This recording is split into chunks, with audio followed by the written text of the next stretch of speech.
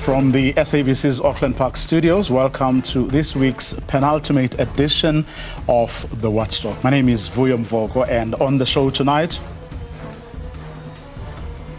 after 13 years of service to the office, the man who has been the voice and face of the Public Protector's Office reflects on the highs and lows, the ups and downs of being a spokesperson of what is now the most spoken about Chapter 9 institution.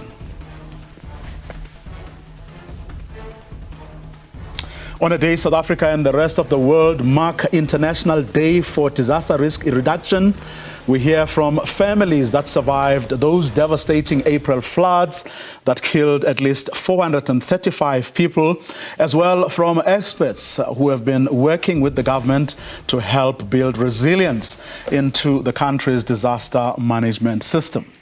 All that coming up in tonight's episode of The Watchdog, which starts now.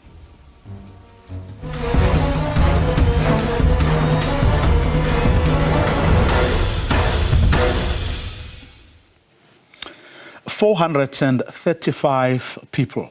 That's the number of people who died in KwaZulu-Natal alone when floods swept the province in April. Some are still missing, while several thousand homes were damaged or destroyed, schools as well. Now, government leaders across spheres of government met in Cape Town today to mark International Day for Disaster Risk Reduction, which also gave them an opportunity to reflect on the sad April episode and other disasters that came before it. For a conversation on our disaster management system and people's lived experiences, please welcome some civil society, Meshek Majozi and Langlihle Mkhize, whose families were seriously affected by the floods. Also part of the conversation is Patrick Mattel, a researcher at the University of KwaZulu-Natal who has been working with the eThekwini municipality to deal with some of these issues. Good evening to all of you, gentlemen. Thanks very much for your time. If I may start with you, Langlihle, just very briefly, I think for the benefit of our viewers, tell us what actually happened to you and your family in April.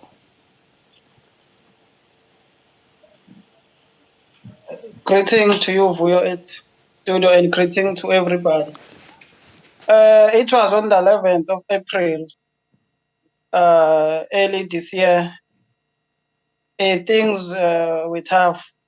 Izinto ezenzeka kwakunzima kakhulu empilweni yethu. Most of us abahlala eVaralem at Emhlasini were flooded.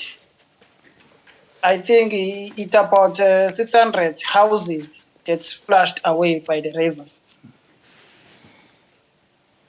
And luckily we have a super active council, Councillor Fakazi, who quickly respond to us. That day, it was evening. Yeah, if I'm not mistaken, yeah, it was evening. It started by the site.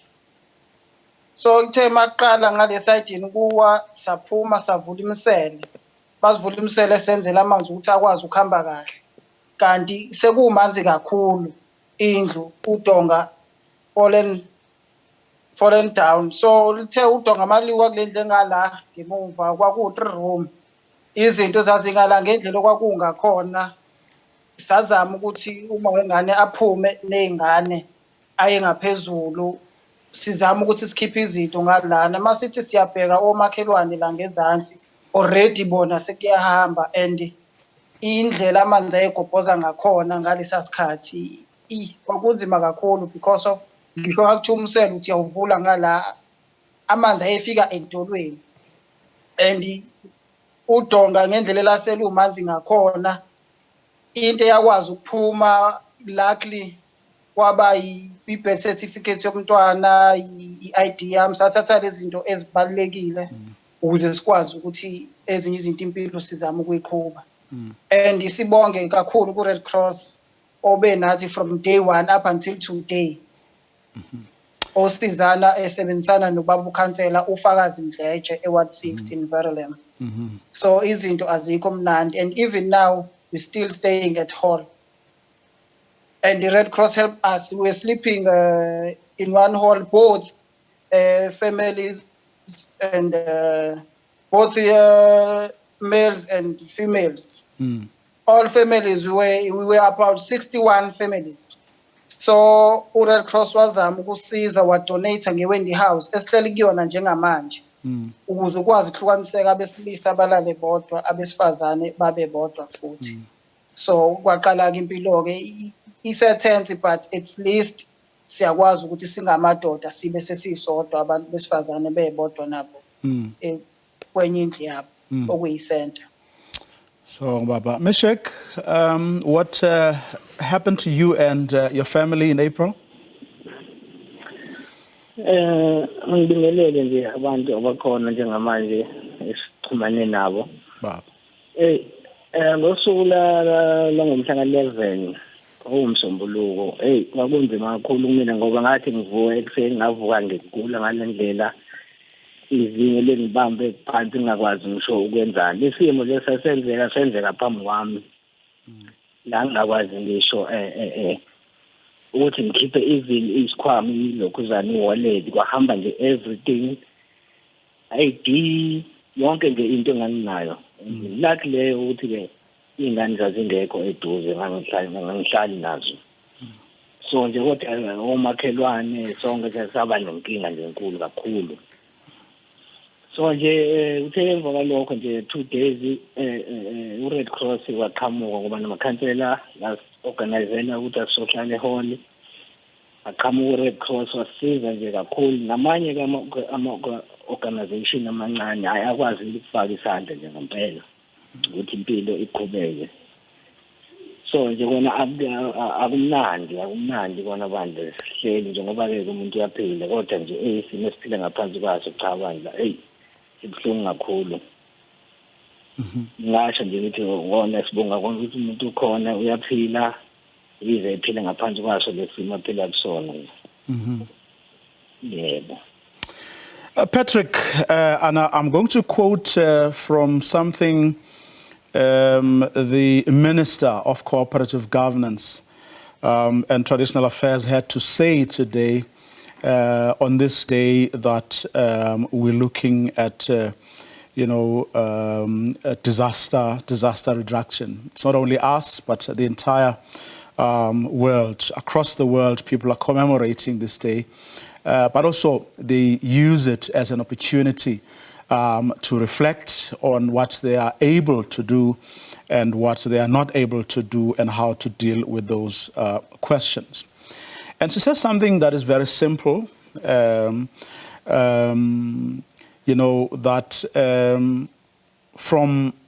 on a day like this, we look at, how to reduce the impact of disasters, how to mitigate losses in whether it's in livelihoods, lives, health, but also as well as in economic, physical, social, cultural, and environmental issues around people, businesses, and communities.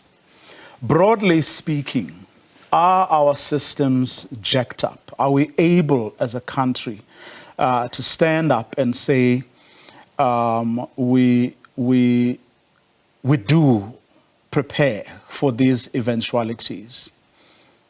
Are we able to say that? Good evening, Buya. Thanks for having me. That's a very difficult question to actually answer.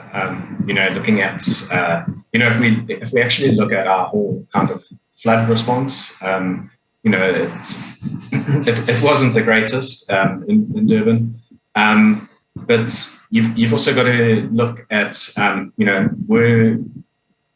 did the disaster management abide by the legislation and those type of things, and it actually did.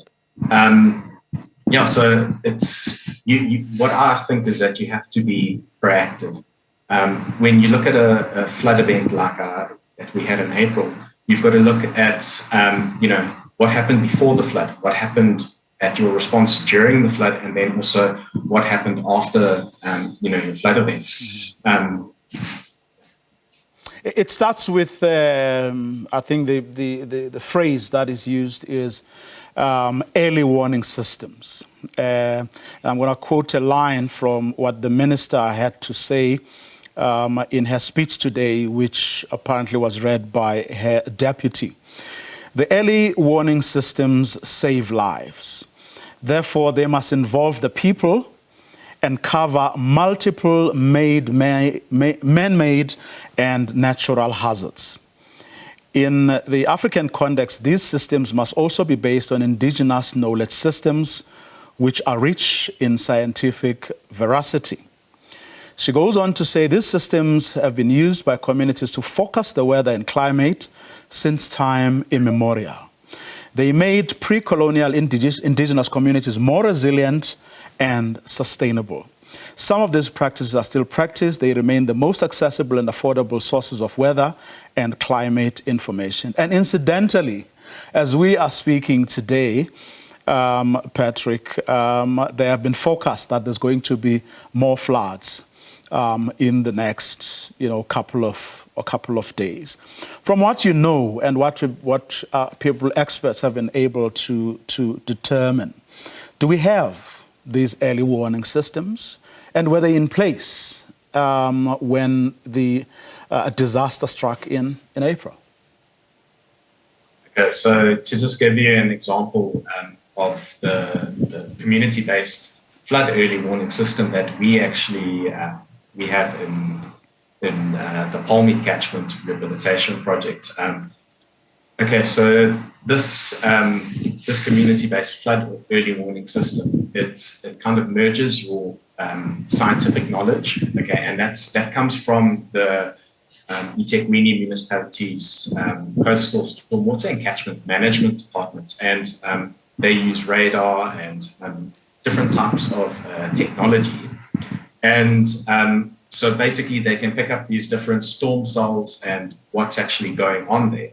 And then within this Palmy Catchment Rehabilitation Project that we've been, going on since 2014, we've linked with, vulnerable communities within the Palmy Catchment. For example, the Quarry Road West Informal Settlement.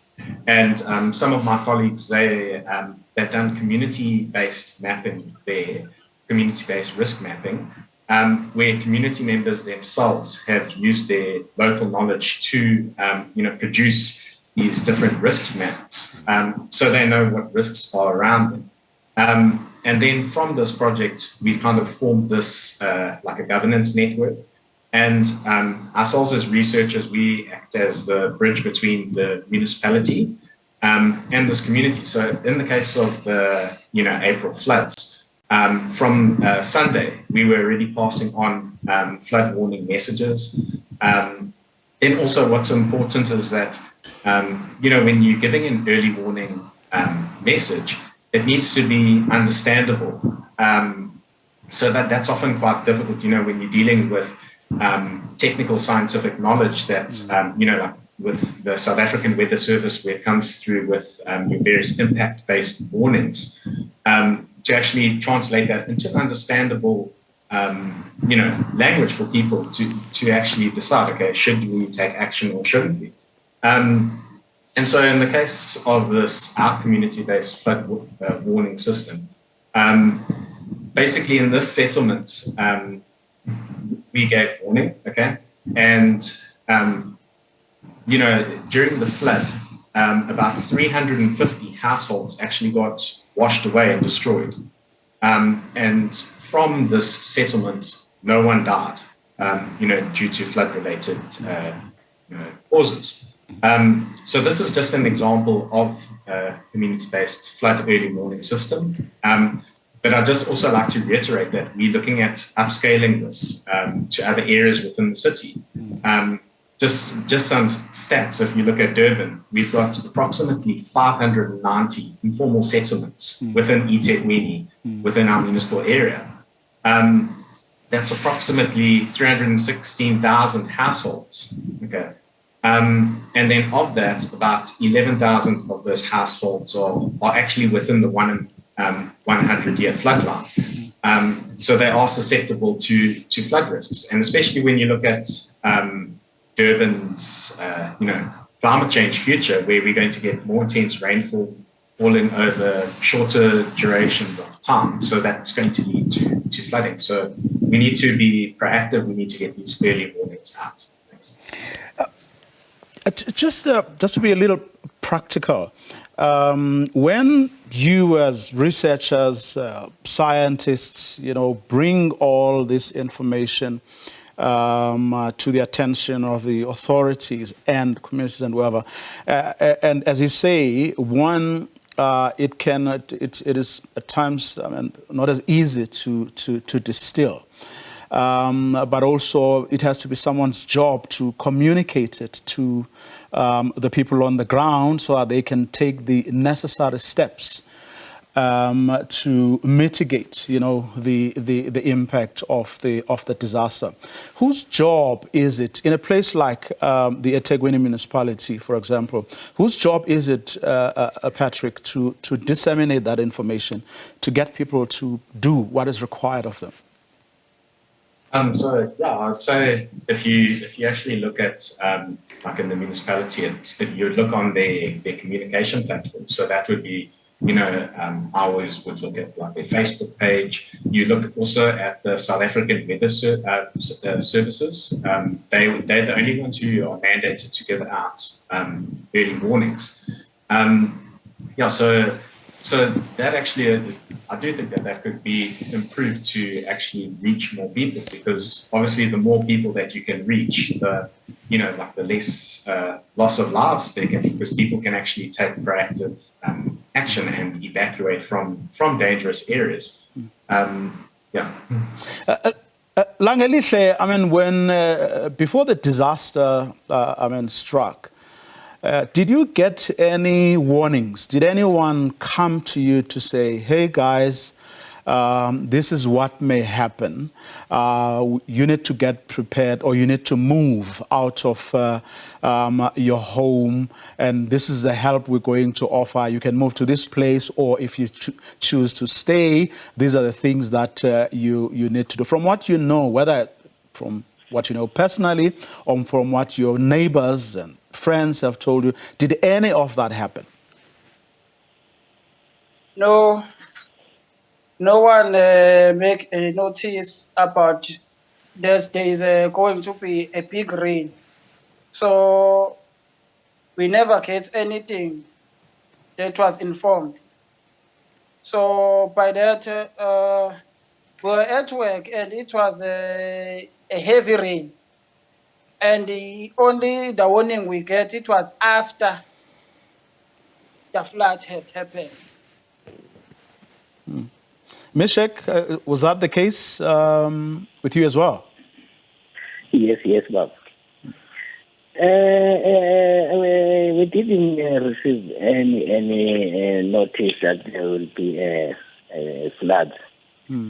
I don't know if it was because I haven't got a radio. Maybe, yes.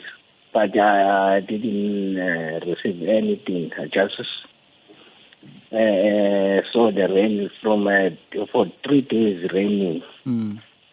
Yes. I don't know if to those have radios or TV, maybe they know about that. I don't know. Yes, ma'am. And what has happened since?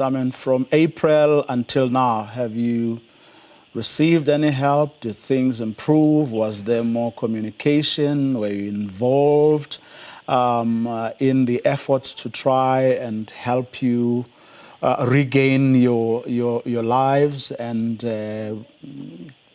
bring things back to normal again? Yeah, I can say at least I've got the blankets that was washed away, clothes. I've got the clothes. I've got the shelter that is given by Red Cross, and the food survive. So where are you staying now? Yes, I'm still staying at Daniel's house at hall. Or at a community hall? Yes. But now, as Red Cross give that Wendy house, she separated the women from the men, so now we're staying on that Wendy house. Yes, which is what Langelihle was also saying. But are you any clearer about what is going to happen next and when? I'm not clearly. I'm not clear because now I think we need more updates, maybe weekly or after 2 weeks. Must have updated what's happening. You see. And for you, Langelihle, I mean, are you any clearer about the next steps, what government is planning or whoever is planning, and how, things, whether in fact things may change for the better, or is it a situation of you will now have to figure it out yourselves as to what you and your family should do next? Because I mean, the Wendy would, I don't know if these arrangements are going to be permanent. For now, we're still waiting because the councillor keeps on coming and address us that they are still trying to get some help for us. So we're still waiting, and it's hard because we have to start things from kunzima kakhulu because izinto kufanele siqale phansi kuya phezulu. But at least the councillor keeps on coming to us, and we still have a hope, although we don't know when it will happen, but we still have a hope because he is still visible. So he never got away. So he's still with us, and even Red Cross is still with us. So we still have that hope. At least there are people who understand our situation, so they are helping us in a certain way. Patrick, to quote again another line in the minister's speech today, and I quote, "Our current disaster management system lacks the citizen involvement and action," close quote. But again, I mean, there's a difference between acknowledging a problem and doing something about it. And, we had the Red Cross last night here on the program. We were telling about what they've been able to do, and my other two guests have testified to that. But of course, what the point that they were making is that it's still, at the end of the day, it's the responsibility of those, who have been accorded the responsibility, of preparing for disasters. And when those disasters do strike, then they get to do what is required of them, what they would have been preparing for, all this time. Now, do you think, or do you believe that, or from the collaboration you've had with eThekwini, do you feel that we are learning any lessons? But not only that, there's a willingness and preparedness on the part of those occupying positions of power and authority to fundamentally change the way things are going. In other words, not only to acknowledge these in speeches, but actually do something about it. Do you get that sense? Yeah, I would say that, obviously you have to consider the various capacity constraints within your disaster management function. And that's not just within the eThekwini, it's throughout the country. But yeah, I'd just like to say that I've been part of this what's been going on for the last few years, the Transformative Riverine Management Program within the eThekwini municipality, and it's looking at managing our rivers better. and doing some type of preventative maintenance. Okay, and so what I mean by that is that you basically are keeping your rivers free of solid waste, free of invasive alien plant species. And the city's had a few projects that have actually been going on for quite some time. So, for example, the Seashlands and Belo stream cleaning program, which is in Mlazi and the north of the city in the Ink area. And so with this program, community cooperatives work on 5 kilometer stretches, and they keep 3 meters either side of your river clean. And so basically what that's meant to do is, to protect your built infrastructure. So for example, your bridges, your culverts, because what we've seen in the flood, it was really accentuated, was you'd often get, plant materials. So, your indigenous species, but then also there seems to be quite a strong discourse going around that a lot of the invasive alien plant species with very shallow root systems were washed away by, the floodwaters, and then they get trapped by the bridges. Then we also have, your solid waste, so like your plastic pollution, food containers, and those type of things, they block your culverts. And then, the water's got nowhere else to go but around your bridges or over your bridges, and that causes damage to your infrastructure. So the transformative riverine management program is looking at upscaling this from around like 500 and it's around 500 kilometers that's currently being covered in our rivers and streams, and it's looking at covering 7,400 kilometers of our streams and rivers. But also then what you actually have to consider is the practicalities of this.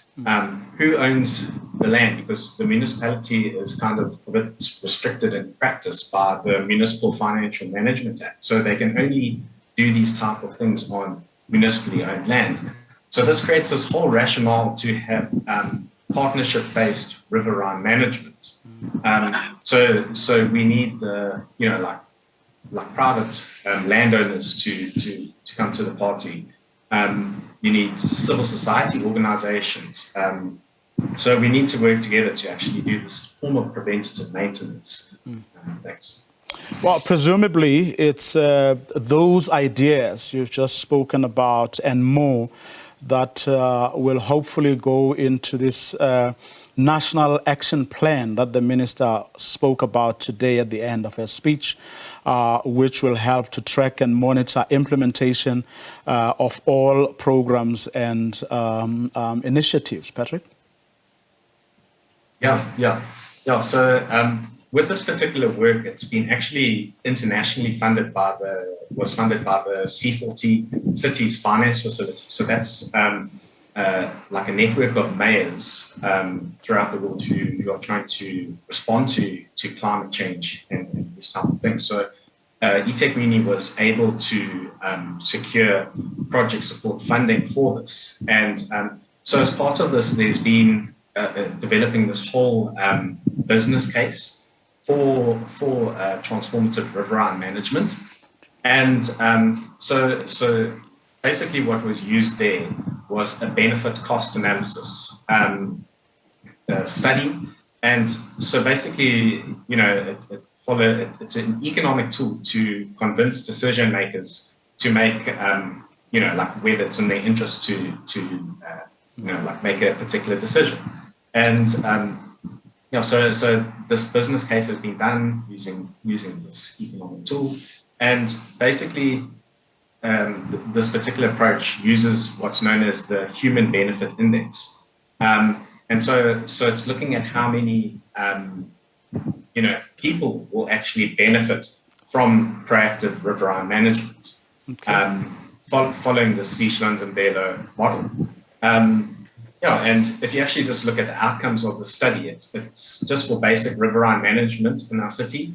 For every R1 that the municipality spends, there's approximately R2.60 worth of benefits accrued. So to me, it makes sense for government, local government, national government to invest in these programs, because also you've got to think about the areas which these programs are targeted. It's generally in high density, low income areas. So it's also creating jobs, for community members. Patrick Mattel, let me thank you very much for your time and insights. He's a researcher at the University of Natal, and they have been working with the eThekwini municipality to deal with some of these issues. But special thanks to Mishek Majozi and Langelihle Mkize,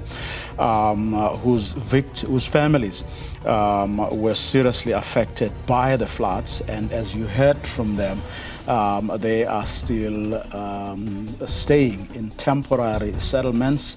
No idea how and when, if ever, they will be able to get out of those situations. This conversation, of course, on the back of International Day for Disaster Risk Reduction, which is what our cooperative governance minister, her deputy, ministers or MECs of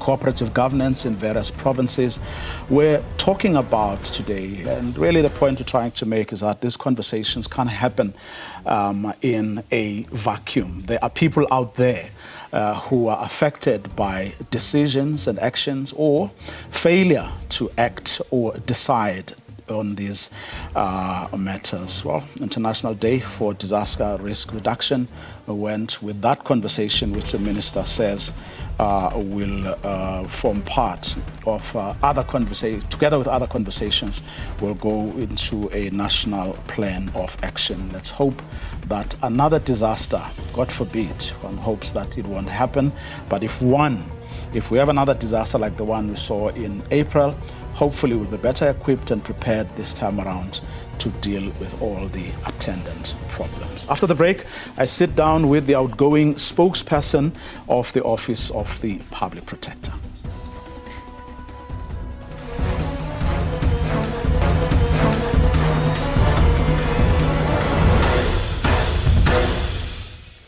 Welcome back. After 13 years of service to the office, the man who has been the voice and face of the public protector is calling it quits. Well, he's here to reflect on the highs and lows, the ups and downs of being a spokesperson of what is now perhaps the most spoken about Chapter 9 institution. Please welcome Mr. Oupa Segalwe. Good evening. Good evening, sir. How are you? So how does it feel? Do you feel good about leaving? Or you have something you have to do? I suppose one is a bit happy about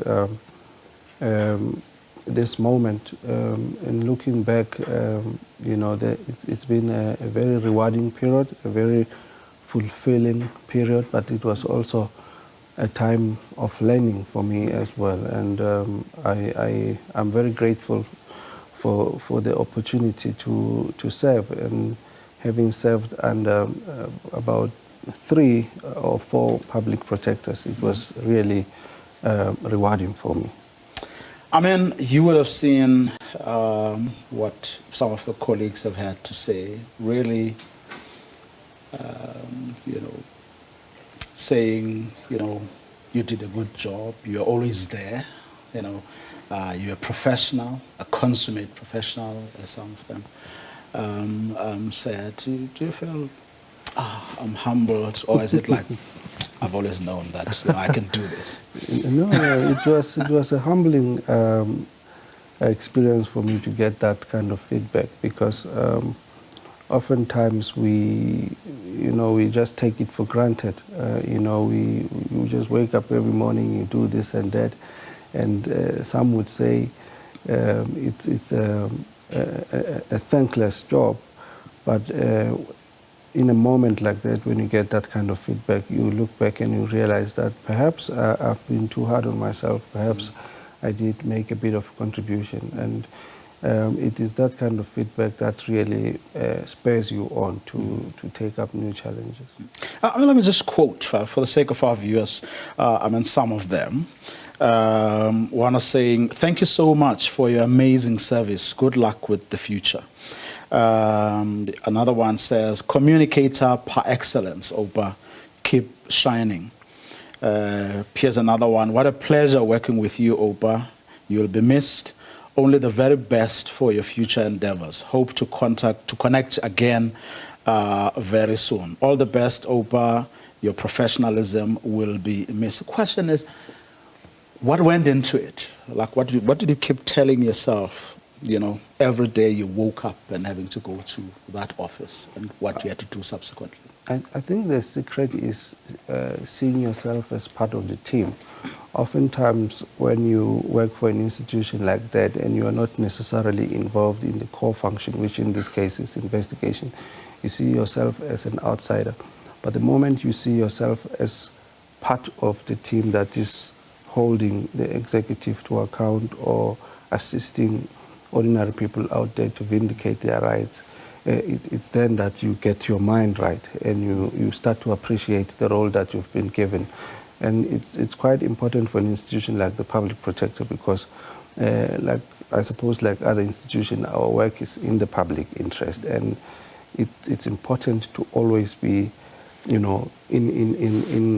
communication with stakeholders, because a lot of people expect a lot of things from that kind of institution, especially given the growth that we've seen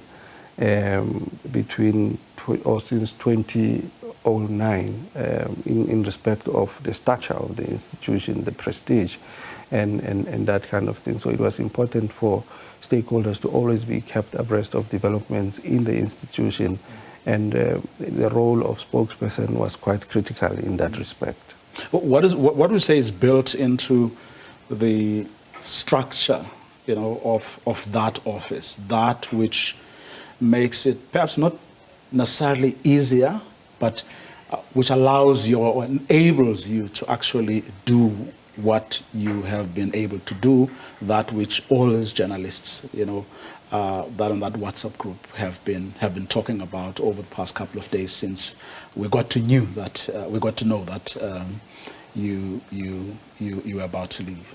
I think one of the important traits of or a characteristic of a person occupying that position in that kind of institution is to be dependable, both to external stakeholders, including the media, but also to the institution's leadership itself. They need to have trust in you, they need to have faith and confidence in you, and without those things it gets a bit tricky. So you need to have those qualities that appeal to both internal and external stakeholders, and that makes the job a bit easier. Well, at certain times, of course, things can get really intense, controversial, even have those moments kind of in any way influence how people see you?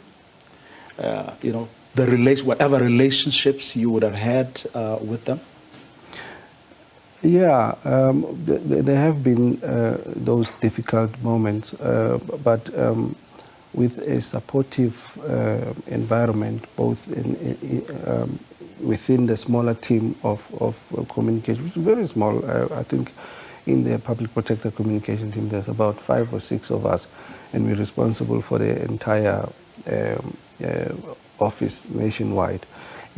But critical is the support that you get from the leadership of the institution, because ultimately, whenever one takes up a platform to articulate the position of the institution on a variety of issues, that also reflects on not only the institution but its leadership as well, because take for instance, you talk about difficult moments, controversies, some of the issues coming out of the court, they take a lot out of the institution, let alone those people who must take up platforms to help the nation understand where we were coming from when we were taking up those issues, as well as how we deal with that kind of feedback from the courts and stakeholders in general.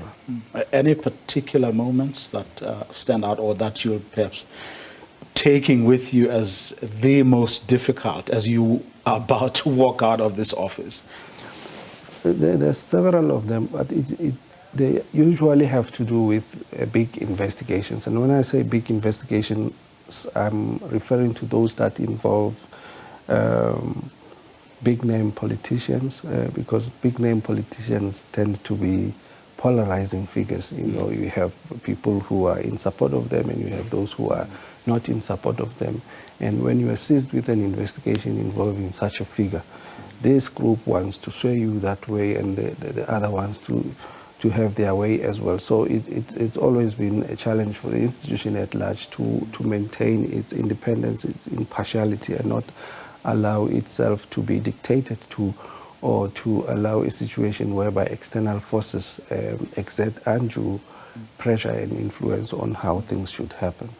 Did those moments sort of influence the way you would approach a particular matter or story? In other words, did you find yourself in awkward situations where you now have to change tack, or perhaps not deal with the story the way you would want to, particularly because it involves these politicians who are, as you say, polarizing figures? In other words, you feel that you have to withdraw a little, or you can't be as forthcoming as you would want to, because someone may see you as promoting this or the other agenda, or as being pro or anti this or the other person.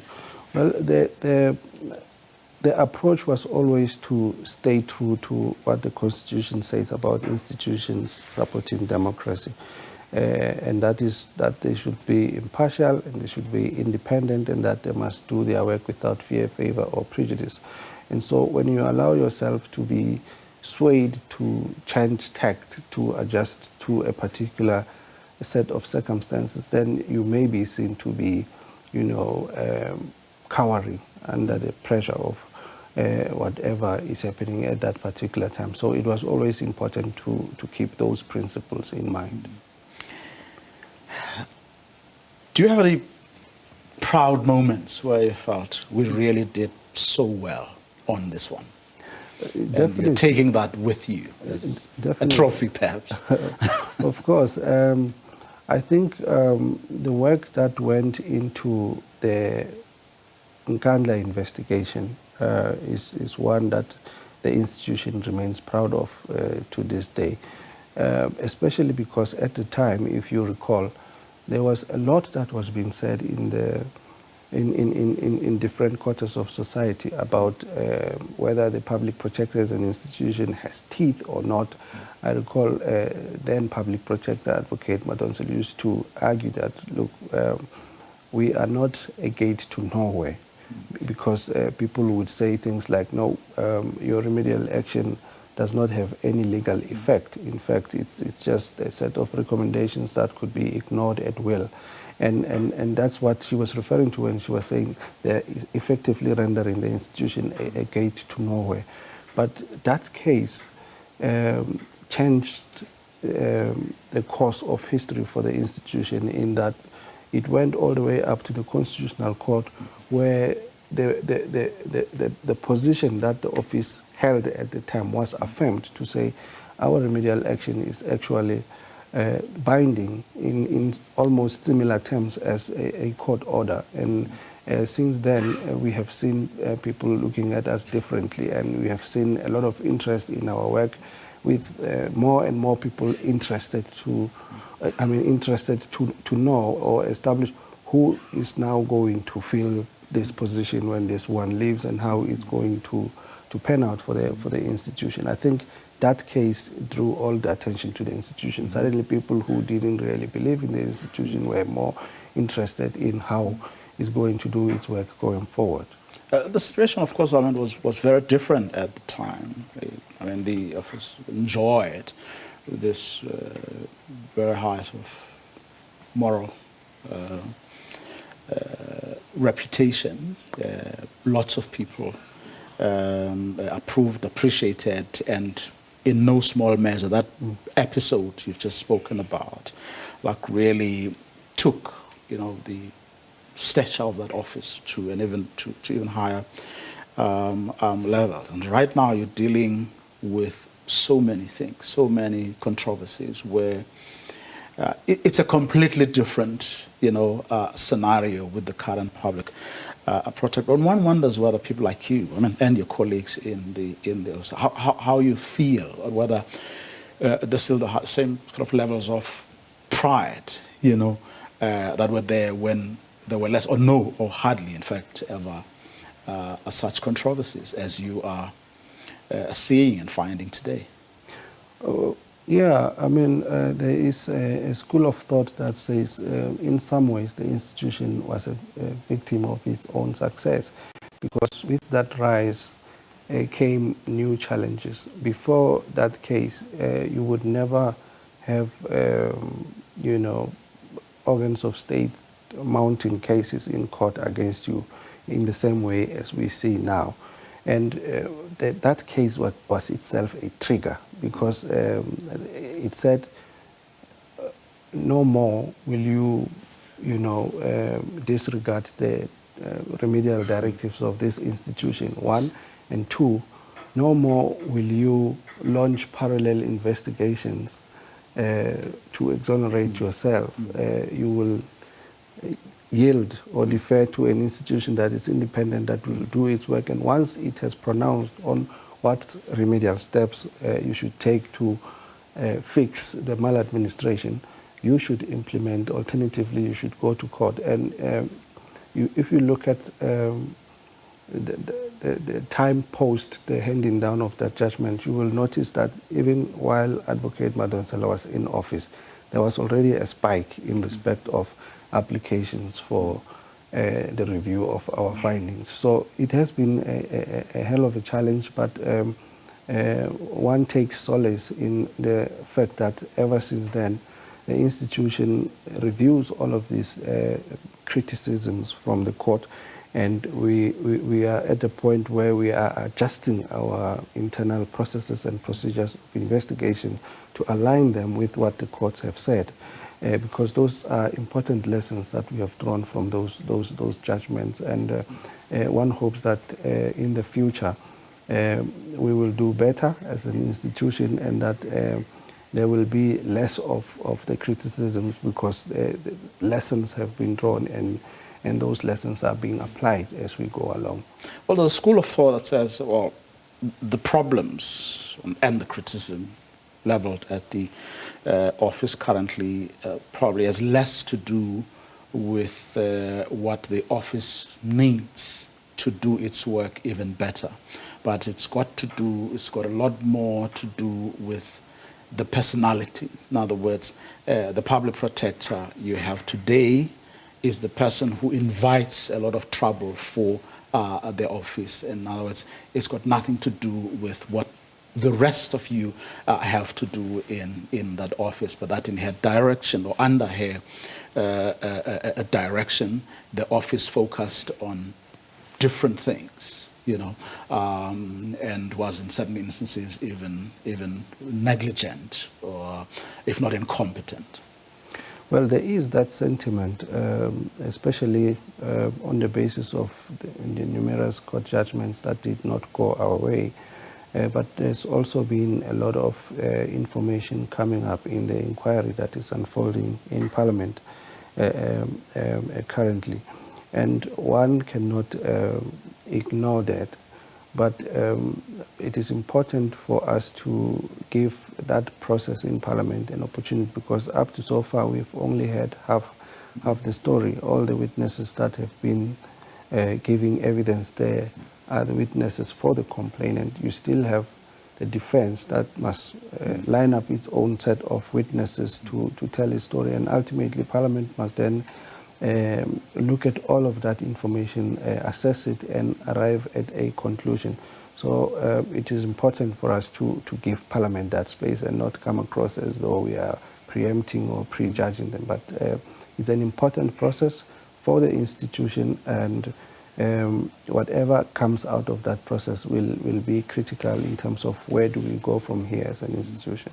How anxious are your colleagues to see this process through, so that they can then get down to the work of the office instead of being caught up you know, in what is currently going on? The work is continuing. I mean, just last week or a week before, we put out about 29 new reports that were concluded over the last 3 months, and that would be a period coinciding with what has been happening in Parliament. But one can't sit here and claim that there are no distractions coming out of that process.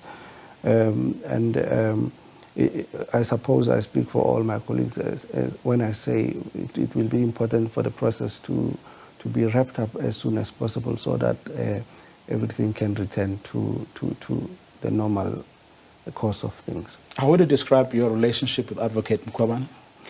I have a very good relationship with Advocate Mkhwebane, just like I had a very good relationship with Advocate Madonsela, just like I have a very good relationship with Advocate Kaleka. It goes back to what I said earlier, that that rapport is critical for a role of this nature. Without it, it can never work. And where are you going?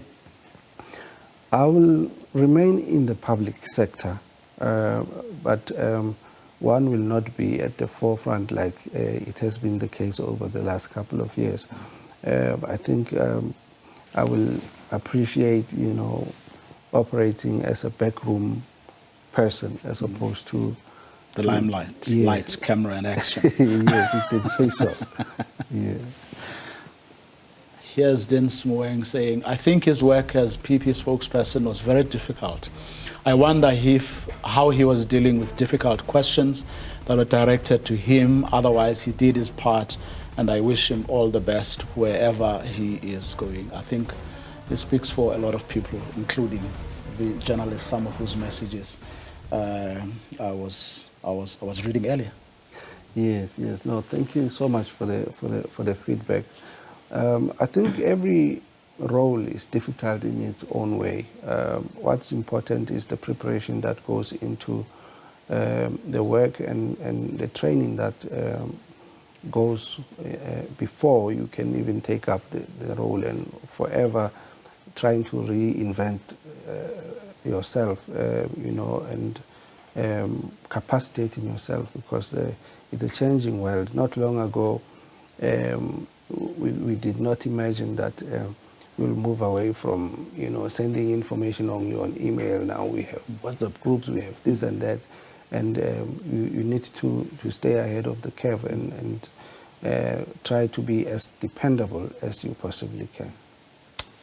Well, thank you very much, and once again, all the best. Thank you, wherever you are going. Oupa Segalwe, who is, of course, the outgoing spokesperson of the Public Protector's Office. So that's our show for tonight. Do join us again, though, tomorrow evening here on the Watchdog for more news, views, opinions, and analysis. Have a good night.